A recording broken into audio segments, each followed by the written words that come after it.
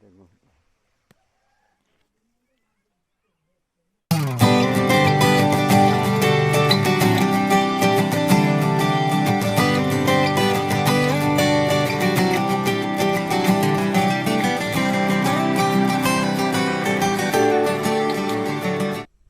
Friends, ఎలా ఉన్నారు? నేనైతే ఈరోజు చాలా హ్యాపీగా ఉన్నాను. ఫ్రెండ్స్, ఈరోజైతే పొగాకు పంట గురించి మీకు ఈ వీడియోలో అయితే చూపించబోతున్నాను. పొగాకు మా ప్రాంతంలో ఏ విధంగా తయారు చేసుకుంటారు, పొగాకు పంటని ఏ విధంగా సేకరించుకుంటారు అనేది అయితే నేను ఈ వీడియోలో పూర్తిగా చూపించబోతున్నాను. మరి ఈ పంట స్వయంగా మా డాడే వేసుకున్నారు. సో నేనైతే ఆ పంటను పూర్తిగా చూపించడానికి ప్రయత్నిస్తున్నాను.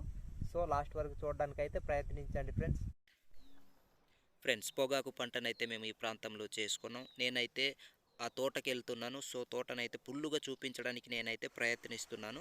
చూడండి ఫ్రెండ్స్, తోటనైతే ఈ విధంగా మేము చేసుకుంటాం మా ప్రాంతంలో. చూశారు కదా ఫ్రెండ్స్, ఆ తోట చుట్టుపక్కల కూడా మేము ఈ విధంగా మాకు కావాల్సిన కొన్ని తోటలను అయితే ఈ విధంగా నర్సరీ కింద వేసుకున్నాం అనమాట. సిల్వర్, కాఫీ, ఈ 2 రకాలైన పంటలను అయితే ఈ విధంగా వేసుకున్నాం. తోట సరౌండింగ్ నేచర్ని అయితే నేను మీకు పరిచయం చేయబోతున్నాను ఫ్రెండ్స్. చూడండి, మా ప్రాంతంలో అయితే ఈ విధంగా అరటి చెట్లను నాటుకుంటారు. చూడండి ఫ్రెండ్స్, ఇక్కడ మనకు చెరుకు మొక్కలా కనిపిస్తుంది కదా, ఆ మొక్క అయితే మనకు నాటు వైద్యానికి కూడా ఉపయోగం అయితే పడుతుంది. సో మాకైతే వాటర్ ఈ విధంగా అవైలబుల్ ఉన్నాయి. వాటర్ని మీకు ఎందుకు చూపించిన ఈ వీడియోని అయితే చూడండి, మీకు అర్థమవుతుంది ఫ్రెండ్స్. మనకు వాటర్ అవైలబుల్ ఉన్నాయి కదా అనేసి మేమైతే ఈ తోట చుట్టుపక్కల అయితే ఈ విధంగా కాఫీ సిల్వర్ని అయితే తోట వేసుకున్నాం. మా ప్రాంతంలో బుట్టలో ఈ విధంగా మట్టిని నింపి దాంట్లో మొక్కను అనేది నాటుతారనమాట. అలా నాటడానికి గల రీజన్స్ అయితే ఉన్నాయి. మొక్క బలంగా ఉండడానికి, వెంటనే మొక్క ఎదగడానికి అవకాశం ఉంటుంది అనేసి మేమైతే మా ప్రాంతంలో ఈ విధంగా నర్సరీ వేసుకుంటాం. ఇందాక వాటర్ గురించి అయితే చెప్పాను కదా ఫ్రెండ్స్. పొగాకు మొక్కను మనం నాటినప్పుడు ఎండ దెబ్బకు అది చావకుండా ఉండాలంటే మనం వాటరింగ్ అనేది తప్పకుండా చేయాలి. అందుకనే ఈ వాటర్ పక్కన అయితే ఈ తోటను వేసుకోవడం జరిగింది. ఇవి వచ్చేసి మనకు గోరు చిక్కుళ్ళు అనమాట. ఈ విధంగా అయితే మేము చేసుకున్నాము. నర్సరీకి ఎండ దెబ్బ తగలకుండా మా ప్రాంతంలో అయితే ఈ విధంగా పందిరిని అయితే వేసుకుంటాం నీడ కోసం. ఇటు సైడ్ వచ్చేసి ఇది మా పెద్దనాన్న వేసుకున్న పొగాకు తోట అనమాట. ఇందాక మీకు చూపించాను కదా, అదైతే మా డాడీది. పొగాకు చెట్టు పిలకలను అయితే ఈ విధంగా తెంచి పడేయాలి. అలా తెంచి పడేయడం వల్ల మనకు ఆకు అనేది కొంచెం బలంగా పల్చగా వచ్చేసి మనకు అది టేస్ట్ అయితే బాగా వస్తుంది అనేసి మాకైతే చెప్పడం జరిగింది.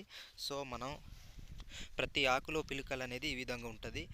మనం ఆ పిలకల్ని తీసేస్తేనే ఆకు అనేది కొంచెం బలంగా దృఢంగా అయితే వస్తుంది. సో ఆకు కూడా కొంచెం పెద్దది వచ్చి బాగుంటుంది అనమాట చూడడానికి కూడా.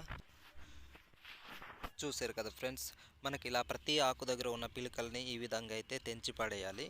అప్పుడే ఆకు పొడవుగా రావడానికి అవకాశం ఉంటుంది, బలంగా ఉండడానికి కూడా మనకు అవకాశం ఉంటుంది. ఆకు అనేది పాడైపోకుండా కొంచెం నీట్గా అయితే వస్తుంది అనమాట. ఈ సిల్వర్ మొక్కలను అయితే మేము ఎక్స్ట్రాగా చేసుకున్నాము. ఆ బుట్టల దగ్గర ఉన్న మొక్కలు ఇన్ కేస్ అవి చనిపోయినప్పుడు మేము ఈ మొక్కల్ని తీసి ఆ బుట్టల దగ్గర అయితే వేసుకుంటాం అనమాట. బుట్టల్లోనే కాదు, మట్టిని ఒక బెడ్ లాగా చేసి మేమైతే దాంట్లో అయితే ఈ విధంగా మొక్కల్ని ఉంచుకుంటాం. ఇది వచ్చేసి గోవా ట్రీ అనమాట. మా ప్రాంతంలో అయితే ఈ విధంగా పెద్ద పెద్ద చెట్లులాగా అయితే తయారవుతాయి ఫ్రెండ్స్. ఈ చెట్టు అయితే వీడియో స్టార్టింగ్లో మీకు చూపించడం జరిగింది. ఈ చెట్టు ప్రధానంగా బాడీ పెయిన్స్ ఎక్కువగా ఉన్నప్పుడు ఈ కొమ్మని కాల్చి నీట్గా మసాజ్ చేసుకోవడానికి అయితే మనం ఉపయోగిస్తాం అనమాట. అప్పుడు బాడీ పెయిన్స్ అనేది వెంటనే తగ్గడానికి అవకాశం ఉంటుంది అనమాట.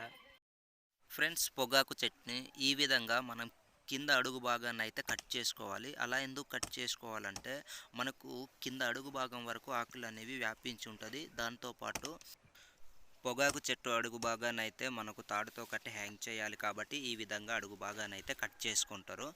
చూశారు కదా, మా డాడీయే స్వయంగా ఈ తోటనైతే చేసుకున్నారని చెప్పాను కదా. సో మా డాడీయే ఇప్పుడైతే కట్ చేస్తున్నారు. నేను వీడియో తీసుకుంటాను అనేసరికి యాక్సెప్ట్ అయితే చేశారు. సో నేను తోట గురించి అడిగినప్పుడు మా డాడీ అయితే ఒక మాట చెప్పారు. ఆకులపై మంచు వ్యాపించి ఉన్నప్పుడు తోటనైతే సేకరించుకోకూడదు అనేసి అన్నారు. సో నాకు అవసరం కదా వీడియో అనేసరికి తనైతే తోటనైతే సేకరించడం స్టార్ట్ చేశారు. సో ఎందుకు సేకరించుకోకూడదో నాకైతే తెలియదు. మరి నేను కూడా అదైతే డాడీకి అడగలేదు. డ్రైగా ఉన్నప్పుడు మాత్రం తోటను సేకరించాలనేసి చెప్పారు. చూశారు కదా ఫ్రెండ్స్, మనకి ఎంత మంచు అనేది దానిపై వ్యాపించిందో చూడండి. డ్రాప్స్ అయితే పడుతున్నాయి. మనం ఆ చెట్టును నరికే ముందు మనం ఆ ఆకు ఎంత ముదిరి ఉందో అనేది అయితే మనం చూడాలి. మనం లేతగున్నప్పుడైతే దాన్ని ఈ విధంగా నరుక్కోకూడదు. మనం సేకరించకూడదు. అలా లేతగున్నప్పుడు ఏంటంటే మనకు పొగాకు నీట్‌గా అయితే రాదు. చూసారు కదా ఫ్రెండ్స్, చాలా నీట్‌గా ముదిరి ఉన్నాయి ఇవైతే. అందుకనేసి మా డాడీ అయితే వాటిని ఎంచి ఎంచి ఆ విధంగా అయితే కట్ చేస్తున్నారు. మనం కట్ చేసిన చెట్టుని కూడా చాలా జాగ్రత్తగా ఈ విధంగా అయితే మనం నీట్‌గా పెట్టుకోవాలి కట్ చేసి. చూసారు కదా ఏ విధంగా పట్టుకున్నారో ఆ విధంగా పట్టుకోవాలి చెట్టునైతే. చెట్టును మనం నేలకి ఈ విధంగా అయితే పెట్టుకోవాలి. చాలా జాగ్రత్తగా పెట్టుకోవాలి. ఆకు అనేది చిరిగిపోకూడదనమాట. ఈ విధంగా మనం సేకరించిన పొగాకు తోటనైతే ఆ చెట్లను కొంతసేపు ఎండలో ఈ విధంగా నీట్‌గా అయితే ఆరబెట్టుకోవాలి. అప్పుడు ఆకు అనేది వాడడానికి మనకు అవకాశం ఉంటది. ఆకు వాడిన తర్వాత ఏ విధంగా హ్యాంగ్ చేస్తారనేది అయితే చూద్దాం. చూడండి గాయ్స్, ఈ విధంగా అయితే మనం హ్యాంగ్ చేసుకోవాలి. చూసారు కదా, ఆ అడుగు భాగాన్ని అయితే ఈ విధంగా తాళ్ళతో కట్టి ఈ విధంగా అయితే హ్యాంగ్ చేసుకోవాలి. మనము ఈ విధంగా కర్రనైతే ఒకటి సపోర్ట్ తీసుకోవాలన్నమాట. పొగాకుని మనం చల్లటి ప్రదేశంలోని మాత్రమే ఈ విధంగా అయితే హ్యాంగ్ చేసి మనం పెట్టుకోవాలి. ఎందుకు చల్లటి ప్రదేశంలో మనం హ్యాంగ్ చేస్తామంటే మనకు అంటే టేస్ట్ అనేది బాగా వస్తుంది అనేసి అయితే చెప్పారు. మనం ఎండలో గనుక మనం ఈ విధంగా హ్యాంగ్ చేసామంటే ఆకు చిరిగిపోవడానికి, టేస్ట్ కూడా తగ్గిపోవడానికి అయితే అవకాశం ఉంటుంది అనేసి మాకైతే చెప్పారు. సో చూస్తున్నారు కదా ఫ్రెండ్స్, ఈ విధంగా 10-15 రోజులు మనం హ్యాంగింగ్లో ఉంచినట్లయితే మనకు ఒక కలర్లో అయితే వస్తుంది. ఈ కలర్లో వచ్చినట్లయితే మనకు పొగాకు రెడీ అయిపోయిందనేసి అర్థం చేసుకోవచ్చు. మా ప్రాంతంలో అయితే ఈ విధంగా పొగాకునైతే తయారు చేసుకుంటారు గాయస్. పొగాకుని మా కువి భాషతో అయితే దువ్వ అనేసి అంటారు. లాస్ట్లో వచ్చేసి మనకు పొగాకు అయితే రెడీ అయిపోయింది ఫ్రెండ్స్. చూడండి, ఈ విధంగా అయితే పొగాకును వేరు చేసి వాటి చెట్లైన అయితే పడేస్తారనమాట. సో లాస్ట్లో అయితే ఈ విధంగా వచ్చేస్తుంది. చూస్తున్నారు కదా, దీన్ని మనోళ్ళు తాగడానికి అయితే ఉపయోగిస్తారు. సో ఇవాళటి వీడియో అయితే ఇది గాయ్స్.